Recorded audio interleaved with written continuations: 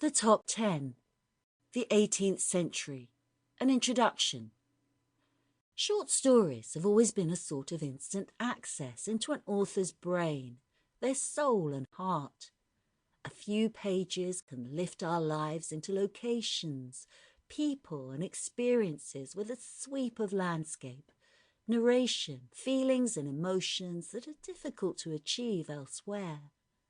In this series, we try to offer up tried and trusted top tens across many different themes and authors. But any anthology will immediately throw up the questions: why that story? Why that author? The theme itself will form the boundaries for our stories, which range from well-known classics, newly told, to stories that modern times have overlooked, but perfectly exemplify the theme. Throughout the volume, our authors, whether of instant recognition or new to you, are all leviathans of literature. Some you may disagree with, but they will get you thinking about our choices and about those you would have made. If this volume takes you on a path to discover more of these miniature masterpieces, then we will have all gained something. This century of literature revealed bold strides in the art of storytelling.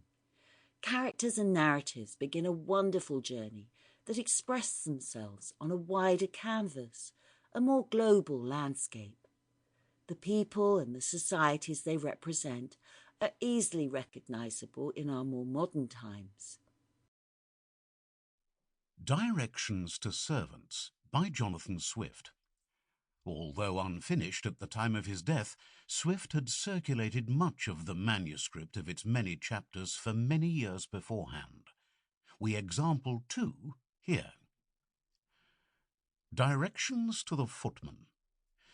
Your employment, being of a mixed nature, extends to a great variety of business, and you stand in a fair way of being the favourite of your master or mistress, or of the young masters and misses.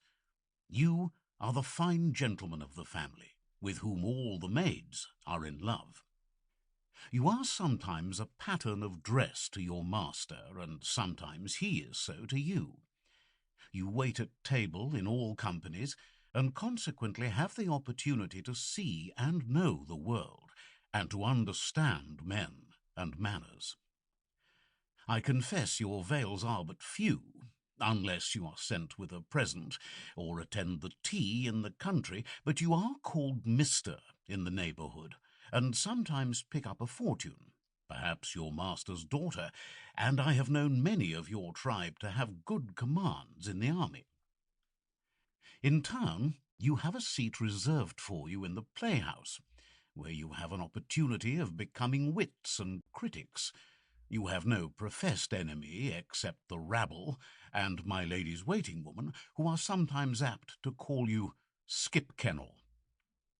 I have a true veneration for your office, because I had once the honour to be one of your order, which I foolishly left by demeaning myself with accepting an employment in the custom house.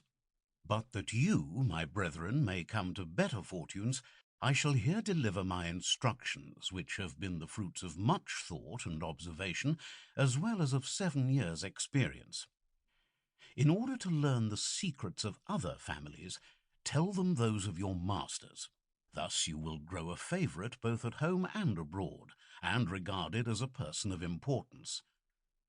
Never be seen in the streets with a basket or bundle in your hands, and carry nothing but what you can hide in your pocket, otherwise you will disgrace your calling, to prevent which always retain a blackguard boy to carry your loads, and if you want farthings, pay him with a good slice of bread or scrap of meat.